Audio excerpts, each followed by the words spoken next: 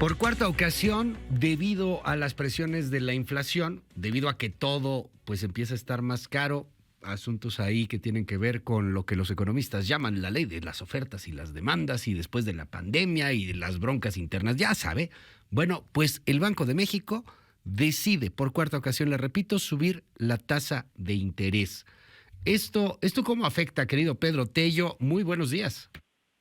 Luis, buenos días, qué gusto saludarte a ti y a quienes nos escuchan. Pues sí, en octubre, lo señalábamos en el arranque de esta semana, la inflación aceleró el paso por segundo mes consecutivo, alejándose cada vez más del rango objetivo que tiene el Banco de México para este indicador, es decir, cerrar el año con un crecimiento en los precios que oscile entre el 4 y el 2%. En octubre, la inflación escaló prácticamente hasta el 6.24%, acercándose cada vez más al 7% y distanciándose cada vez más de la meta del Banco de México.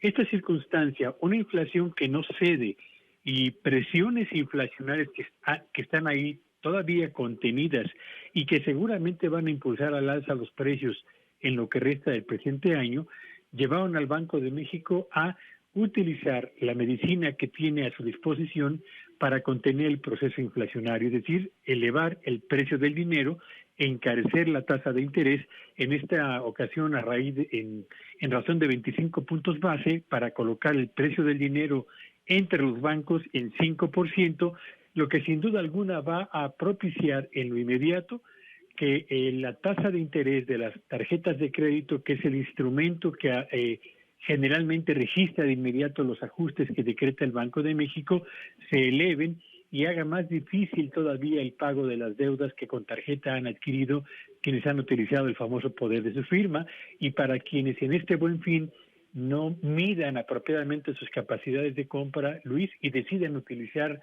sin medida la propia tarjeta de crédito. Así que Banco de México reconoce que hay presiones inflacionarias, que la inflación está elevada, Claro. y en tal medida decide elevar en un cuarto de punto porcentual el precio del dinero. Pero además, y esta es quizás la otra cuestión relevante, Luis, no solamente elevó el precio del dinero, sino también modificó su pronóstico de inflación para el cierre de este año.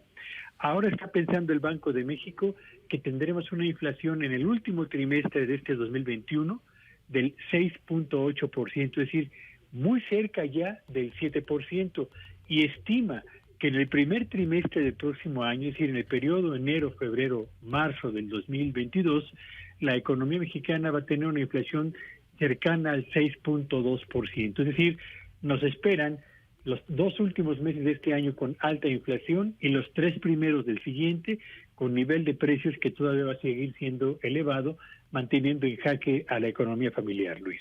Muchísimas gracias, querido Pedro. Te mando un gran abrazo. ¿Te seguimos en tu red? ¿Cuál es? Síganme en Twitter, en @Petello Villagrán, y que tengan un espléndido día. Gracias, Pedro. Muy buenos días.